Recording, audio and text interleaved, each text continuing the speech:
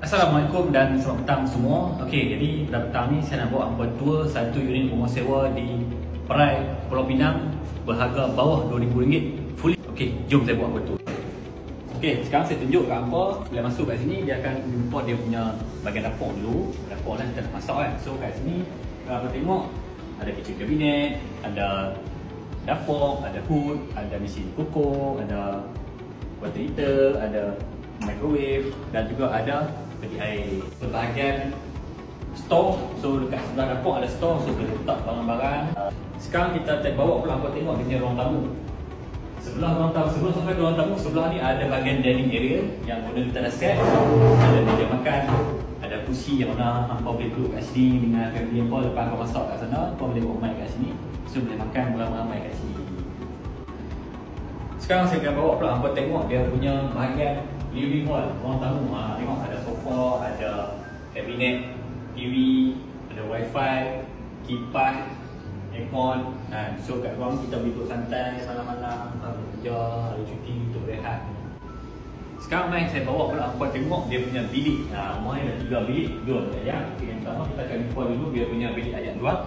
Kat sini kita tengok ada jangka duduk, ada shower, ada tempat basuh tangan, ada cermin dan juga ada kabinet untuk letak barang. Seterusnya, bilik yang kedua kita tengok siap dah ada katil dengan tilam, ada bantai yang kita sediakan, letak barang, penggantung barang. Okey, dan yang paling best bilik yang kedua ni dia ada sliding door. Ada sliding door, hangpa boleh access pergi ke luar untuk tengok view. Okey, sekarang saya bawa pula hangpa tengok bilik yang ketiga. So hangpa main tengok bilik yang ketiga pun tengok lebih kurang sama juga. Ada set katil dan tilam, ada bantai, ada letak barang, gantung barang, kipas, aircon. Okey, dan juga ada view tingkap lah untuk apa kalau nak view, nak view dalam. Seterusnya saya akan bawa pula hangpa untuk main tengok bilik master bedroom dia. Tu dia hangpa main tengok.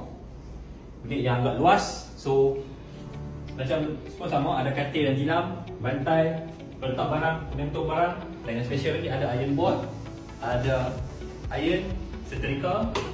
Okey, dan yang paling penting ada kabinet barang dan juga ada bilik air. Ada bilik air sendiri. Dari sini hangpa tak payah berebut dengan orang kat luar.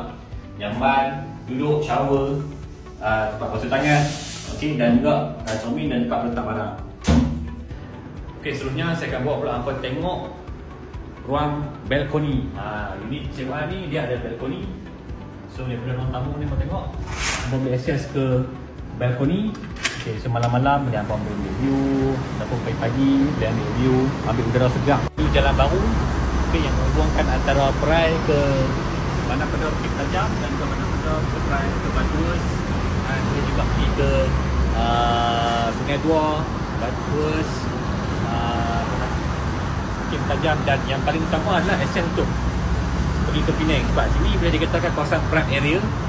So kawasan ni memang cantik. Nak ke Penang, nak ke Batu Kawan, nak ke Johor, Kuala Lumpur, Perak.